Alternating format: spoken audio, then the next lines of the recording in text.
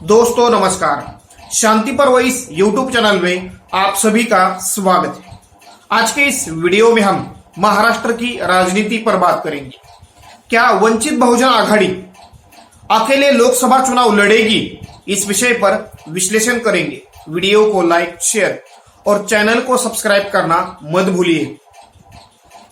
वंचित बहुजन आघाड़ी महाविकास आघाड़ी के साथ गठबंधन करना चाहती है, मगर जिस प्रकार का व्यवहार या जिस प्रकार का बर्ताव महाविकास आघाड़ी की तरफ से वंचित बहुजन आघाड़ी को लेकर हो रहा है, उसे देखें तो महाविकास आघाड़ी गठबंधन वंचित बहुजन आघाड़ी को अपने साथ लेने के लिए पूरी तरह से आश्वस्त या उसमें एकजुटता नहीं दिखाई देती। यानी वंचित आघाड़ी के साथ गठबंधन किया जाए, इस मुद्दे पर महाविकास आघाड़ी में मतभेद नजर आते हैं। 2019 का लोकसभा चुनाव का नतीजा देखें तो वंचित बहुजन आघाड़ी की जो राजनीतिक ताकत है या वंचित बहुजन आघाड़ी ने के कारण जो नुकसान कांग्रेस और एनसीपी को उठाना पड़ा, उसके बाद अभी तक महाराष्ट्र में जो सेक्युलर फोर्सेस माने जाने वाली और खासतौर पर कांग्रेस, एनसीपी और ठाकरे गुट पिछले लोकसभा चुनाव से कुछ सीख लेना नहीं चाहते। अगर महाराष्ट्र में बीजेपी को रोकना है, बीजेपी को निर्णायक तरीके से महाराष्ट्र में हराना है, तो वंचित बहुजन आघाड़ी को अपने साथ लेना महाविकास आघाड़ी गठबंधन के लिए और इंडिया गठबंधन के लिए फायदेमंद होगा। मगर सीट शेयरिंग के फॉर्मूले पर महाविकास आघाड़ी में मतभेद नजर आ रहे हैं। वंचित बहुजन आघाड़ी को भले ही महाविकास आघाड़ी की तरफ से कुछ सीटों का प्रस्ताव जरूर दिया गया, लेकिन वंचित बहुजन आघाड़ी ने वो प्रस्ताव ठुकरा दिया। वंचित बहुजन आघाड़ी महाविकास आघाड़ी से सम्मान की बात करती है, यानी वंचित बहुजन आघाड़ी को सम्मान दिया जाए और जिस प्रकार महाविकास आघाड़ी के तीनों दल और तीनों दलों के नेता आपस में बैठकर एक दूसरे को विश्वास में लेकर गठबंधन की बातचीत करते हैं, उसी प्रकार का सम्मान वंचित बहुजन आघाड़ी को मिलना चाहिए। यह भी मांग वंचित बहुजन आघाड़ी की है। अगर इस वक्त महाराष्ट्र का राजनीतिक माहौल देखें तो महाराष्ट्र का चुनाव पूरी तरह से फंसा है। लोकसभा चुनाव में 50-50% के नतीजे आ सकते हैं, यानी 48 में से आधी सीटें दोनों तरफ जा सकती है, यानी महायुति और महाविकास आघाड़ी आधे सीट जीत सकती है। ऐसा विश्लेषण किया जा रहा है या राजनीतिक जानकार और राजनीतिक विश्लेषक इस ओर संकेत दे रहे हैं। लेकिन अगर महाविकास आघाड़ी के साथ वंचित बहुजन आघाड़ी और उसका वोट शेयर जुड़ जाता है तो नतीजा महाविकास आघाड़ी की तरफ झुक सकता है, यानी महाविकास आघाड़ी गठबंधन एक तरीके से जिस प्रकार बीजेपी ने 2014 और 2019 में एक तरीके से क्लीन स्वीप किया, यानी 40 से अधिक सीटें जीती, कुछ उसी प्रकार का नतीजा वंचित बहुजन आघाड़ी के कारण महाविकास आघाड़ी के पक्ष में आ सकता है, बशर्ते महाविकास आघाड़ी के साथ वंचित बहुजन आघाड़ी की अलायंस हो। मगर जिस प्रकार सीट शेयरिंग के फॉर्मूले पर इस वक्त कांग्रेस और शिवसेना में मतभेद नजर आ रहे हैं और खासतौर पर ठाकरे गुट और शरद पवार गुट, ये दोनों दल पहले प्रकाश आंबेडकर जी के लिए या वंचित बहुजन आघाड़ी को लेकर सकारात्मक नजर आते थे, लेकिन जिस प्रकार प्रकाश आंबेडकर जी ने शरद पवार जी को लेकर और उद्धव ठाकरे जी को लेकर अपनी नाराजगी जताई है, उसे देखें तो इस वक्त प्रकाश आंबेडकर नाराज नजर आ रहे हैं। प्रकाश आंबेडकर जी ने कांग्रेस पार्टी को एक प्रस्ताव भी भेजा था। कांग्रेस जो सीटें लड़ने, महाराष्ट्र में जो सीटें लड़ने वाली है, उन 7 सीटों के नाम बताए। उस 7 सीटों पर वंचित बहुजन आघाड़ी हर संभव तरीके से कांग्रेस पार्टी का समर्थन करेगी, ऐसा एक प्रस्ताव था। महाविकास आघाड़ी की तरफ से 4 सीटों का प्रस्ताव वंचित बहुजन आघाड़ी को जरूर भेजा गया, लेकिन अकोला की लोकसभा सीट छोड़कर जो अन्य 3 सीटें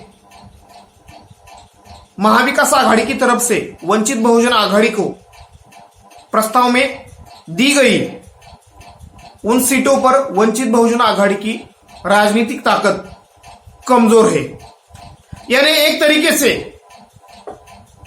कमजोर सीटें और जहां वंचित बहुजन आघाड़ी का एक तरीके से अस्तित्व कम है, वैसी सीटें महाविकास आघाड़ी वंचित बहुजन आघाड़ी को दे रही है। और जहां पर बीजेपी मजबूत है और महाविकास आघाड़ी कमजोर है, ऐसी सीटें वंचित बहुजन आघाड़ी की झोली में डालने का काम महाविकास आघाड़ी कर रही है। महाविकास आघाड़ी के नेताओं को आपस में जो विचार विमर्श है या आपस में जो मनमुटाव है, एक एक सीट को लेकर उनकी जो राय है उसे पहले क्लियर करना चाहिए और वंचित बहुजन आघाड़ी को लेकर जल्द से जल्द फैसला लेना चाहिए। वंचित बहुजन आघाड़ी का वोट शेयर भले ही 6-7% के आसपास नजर आ रहा हो, मगर अगर वंचित बहुजन आघाड़ी अकेले चुनाव लड़ती है तो ये वोट प्रतिशत बढ़ भी सकता है। यानी समाज के जो गरीब वंचित समूहों के लोग हैं, उनका अच्छा खासा सपोर्ट इस चुनाव में वंचित बहुजन आघाड़ी को मिल सकता है। गरीब मराठा, गरीब ओबीसी और दलित समुदाय का एक अच्छा खासा कॉम्बिनेशन वंचित बहुजन आघाड़ी के साथ लोकसभा चुनाव में जुड़ सकता है। वंचित बहुजन आघाड़ी को अगर इंडिया गठबंधन यानी महाविकास आघाड़ी गठबंधन साथ लेता है तो उसका एक अच्छा खासा मैसेज समाज के वंचित तबके में जाएगा और उसका अच्छा खासा फायदा महाविकास आघाड़ी गठबंधन को मिल सकता है। इस वक्त अगर महाराष्ट्र की राजनीति देखें और ग्रामीण इलाकों का एक निरीक्षण करें तो बीजेपी के खिलाफ किसानों में, युवाओं में जबरदस्त गुस्सा नजर आ रहा है। अगर इस नाराजगी को वोटों में तब्दील करना है तो एक जबरदस्त फोर्स के रूप में महाविकास आघाड़ी को अपने एजेंडे के तहत और एकजुटता दिखानी होगी। प्रकाश अंबेडकर जी की राजनीतिक अपील को देखें और उनका जो वोट शेयर है या उनके समर्थक है, अगर उसे देखें तो प्रकाश अंबेडकर जी की एक अपील पर उनका वोट, उनका समर्थक मतदाता उनके सपोर्ट से, यानी वंचित बहुजन आघाड़ी का जिस आघाड़ी के साथ या जिस दल को या जिस उम्मीदवार को समर्थन होगा उसे वो वोट 100% ट्रांसफर हो सकता है। यानी वंचित बहुजन आघाड़ी का वोट शेयर पूरी तरह से महाविकास आघाड़ी गठबंधन को मिल सकता है। इस वक्त महाराष्ट्र की राजनीति में राजनीतिक जानकार और राजनीतिक विश्लेषक कांग्रेस और शिवसेना इन दो दलों को लेकर और उनके वोट ट्रांसफर को लेकर कई सवाल उठा रहे थे, लेकिन वंचित के बारे में ऐसा सवाल नहीं उठाया जा सकता, क्योंकि वंचित का वोट हमेशा एक मुश्त प्रकाश अंबेडकर जी के पीछे खड़ा हुआ है।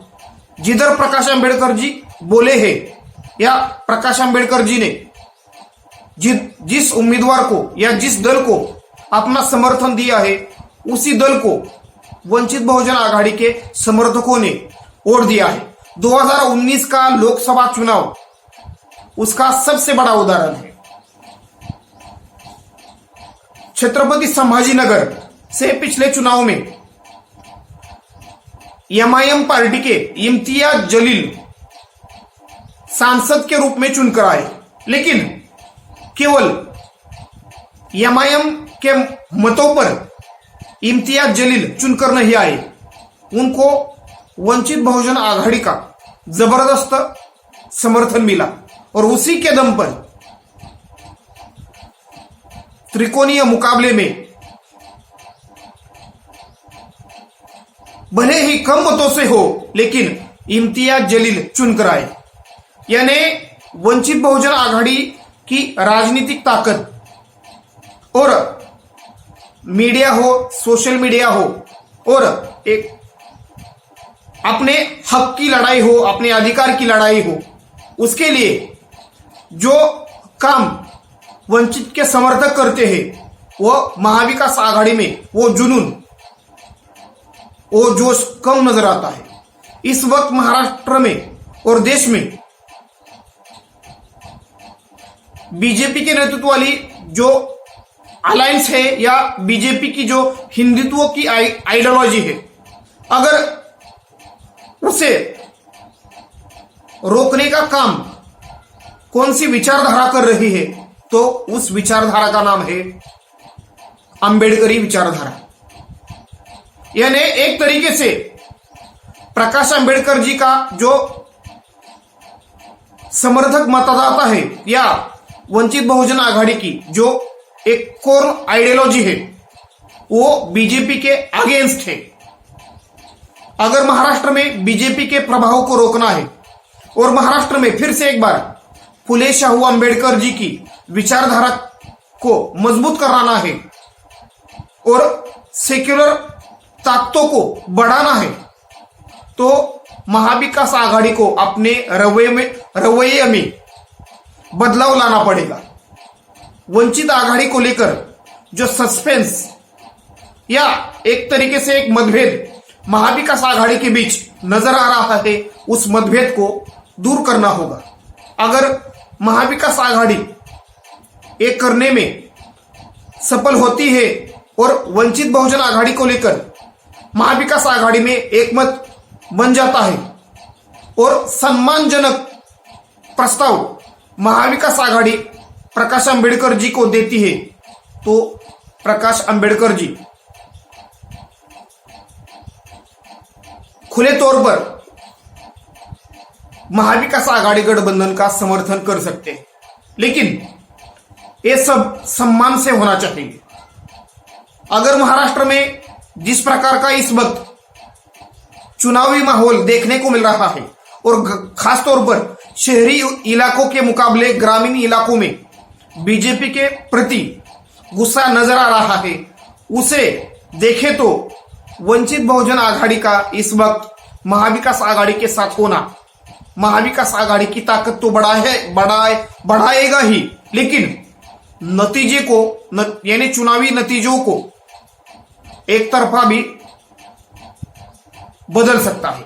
यानी एक तरीके से वंचित बहुजन आघाड़ी की राजनीतिक ताकत, राजनीतिक शख्सियत और उसका जो उद्देश्य है, उसे देखें तो वंचित बहुजन आघाड़ी को महाविकास आघाड़ी के साथ होना चाहिए। वंचित बहुजन आघाड़ी ने कल सुबह तक का महाविकास आघाड़ी गठबंधन को वक्त दिया है।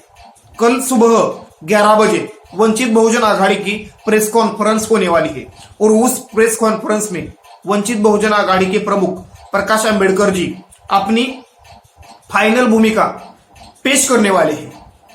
उससे पहले अगर वंचित बहुजन आघाड़ी को लेकर महाविकास आघाड़ी अपना फाइनल प्रस्ताव देती है और प्रकाश आंबेडकर जी अगर उस प्रस्ताव को मान्य करते हैं तो महाराष्ट्र का आने वाला लोकसभा चुनाव का नतीजा कुछ एक तरफा आ सकता है।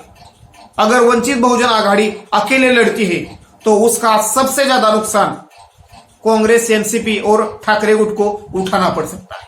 यानी एक तरीके से वंचित बहुजन आघाड़ी अकेले लड़ती है तो सेक्युलर वोटों में बिखराव होगा और उसका फायदा बीजेपी को मिलेगा।